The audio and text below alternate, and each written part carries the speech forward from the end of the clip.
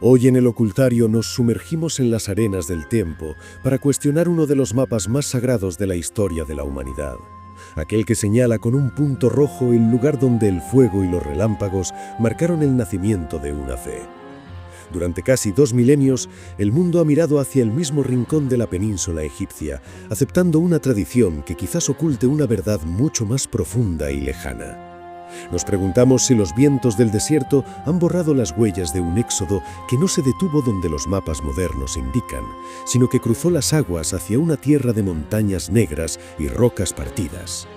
En este viaje exploraremos las evidencias que desafían los dogmas establecidos y las dudas que aún dividen a los expertos, buscando el rastro de una presencia que el tiempo se niega a olvidar por completo.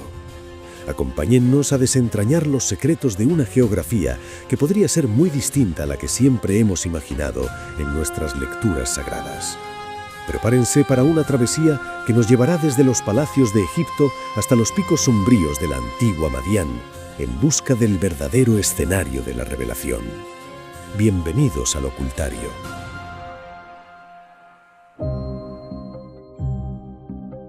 La búsqueda del monte Sinaí comienza con una pregunta que resulta, para muchos, profundamente incómoda. ¿Quién fue el que decidió, hace tantos siglos, que la ubicación que aparece hoy en la mayoría de nuestras Biblias es la correcta? Al abrir cualquier mapa bíblico clásico, observamos una línea roja que serpentea desde Egipto, atraviesa la península del Sinaí y culmina en un pico cerca del monasterio de Santa Catalina, una imagen que ha sido aceptada como sagrada por generaciones. Sin embargo, la realidad histórica nos revela un abismo de silencio de más de 1000 años entre la época de Moisés y el momento en que ese punto fue oficialmente designado como el escenario del encuentro con lo divino. En ese largo periodo de guerras, imperios que caían y pueblos que se desvanecían, los primeros cristianos no dejaron un registro detallado de la ubicación exacta, sino que se apoyaron en tradiciones locales y una necesidad espiritual de tocar lo sagrado. Fue en el siglo IV cuando la emperatriz Helena, guiada por visiones y relatos devocionales, identificó este sitio en el sur de la península como el auténtico monte. Una decisión que la maquinaria del Imperio Romano transformó rápidamente en una verdad absoluta. A pesar de la belleza espiritual del lugar tradicional, cuando la arqueología moderna examina el entorno, se encuentra con un paisaje sorprendentemente mudo, ya que no se han hallado restos de campamentos masivos, desechos domésticos de la época del Éxodo, ni altares que puedan datarse con precisión en ese periodo. A esto debemos sumar una lógica política difícil de ignorar. En aquellos tiempos, la península del Sinaí no era un refugio seguro, sino una extensión del territorio egipcio plagada de minas, rutas comerciales y guarniciones militares bajo el mando del faraón. Escapar hacia esa zona habría sido para un pueblo que huía de la esclavitud como esconderse dentro de la propia base militar de su perseguidor.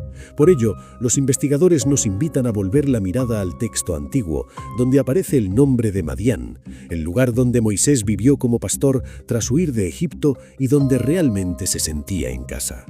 La geografía histórica sitúa a Madián en la costa noroeste de la actual península arábiga, al este del Golfo de Aqaba, sugiriendo que el monte de Dios debía encontrarse en ese entorno montañoso más allá del desierto, lejos del dominio egipcio.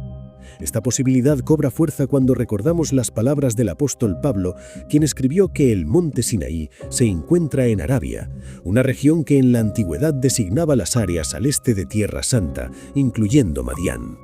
Así, el mapa tradicional empieza a agrietarse, dejando paso a una ruta que nos obliga a cruzar el mar en busca de las verdaderas coordenadas del milagro. Imaginemos por un momento que el éxodo no fue un simple paseo por lagunas poco profundas en el norte, sino una travesía desesperada hacia la gran playa de Nueiba, en la costa oriental de la península egipcia.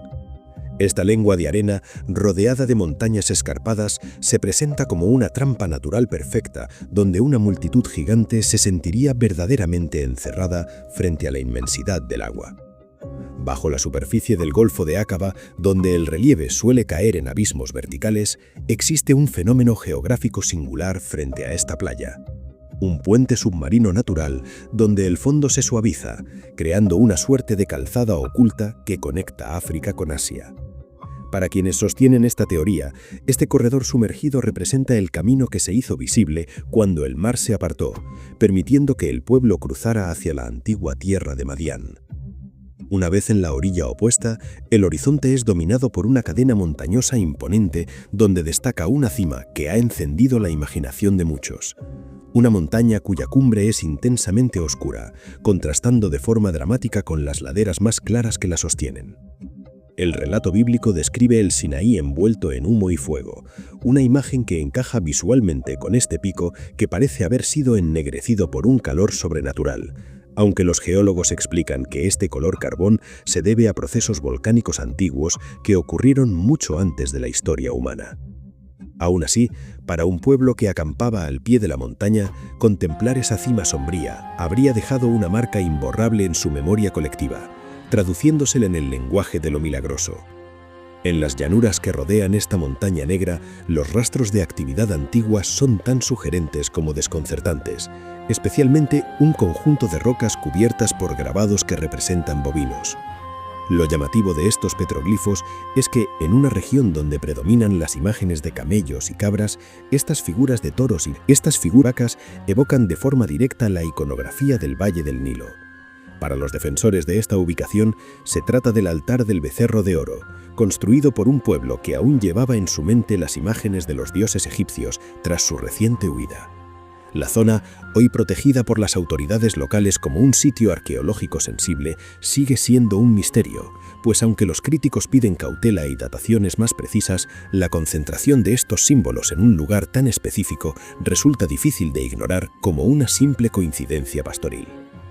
En este entorno árido y despiadado, el enigma del agua también deja su huella en una formación geológica asombrosa. Una roca enorme, partida por una grieta vertical perfecta que se alza sobre una elevación.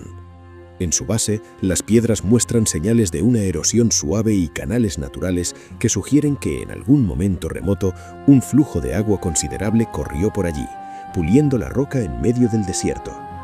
Esta Peña de Oreb, como la llaman los entusiastas, se presenta como un hito visual inconfundible que habría servido de esperanza para un pueblo sediento. Un eco físico de un evento que la ciencia atribuye a tensiones tectónicas, pero que la fe lee como una provisión.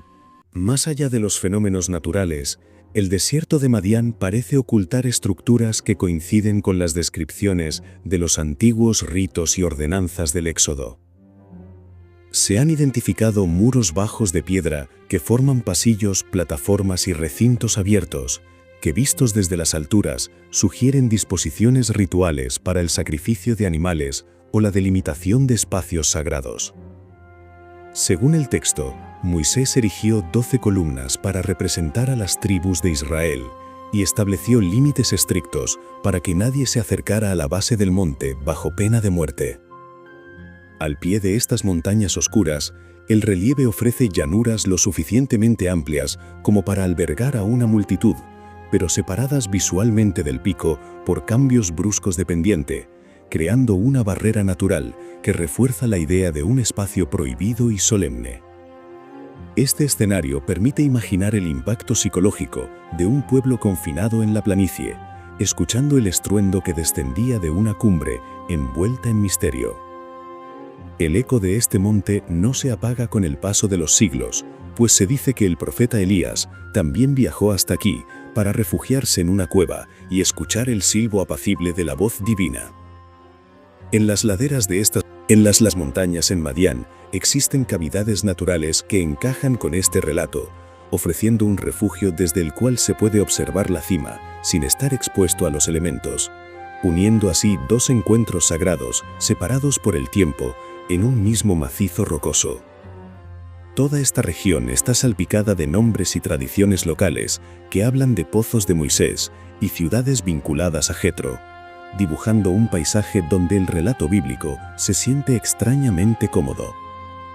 Al final del día, nos encontramos ante dos visiones que compiten por la verdad. Por un lado, la tradición milenaria del Sinaí egipcio, respaldada por siglos de devoción y monasterios antiguos, pero con escasas pruebas arqueológicas. Por el otro, la hipótesis de Madián, llena de coincidencias geográficas, montañas negras y rocas partidas que carecen todavía de la validación académica definitiva. La arqueología oficial exige excavaciones sistemáticas y documentos que digan explícitamente: aquí fue el éxodo, algo que el desierto aún se guarda para sí mismo. Sin embargo, la teoría del Sinaí en Arabia ha logrado que volvamos a mirar el texto bíblico como una historia anclada en un paisaje real, con distancias y coordenadas que aún podemos recorrer hoy en día. La importancia de este debate no reside solo en encontrar un punto exacto en el mapa, sino en entender que la búsqueda de lo sagrado a menudo nos obliga a mirar más allá de lo que siempre se nos ha dicho.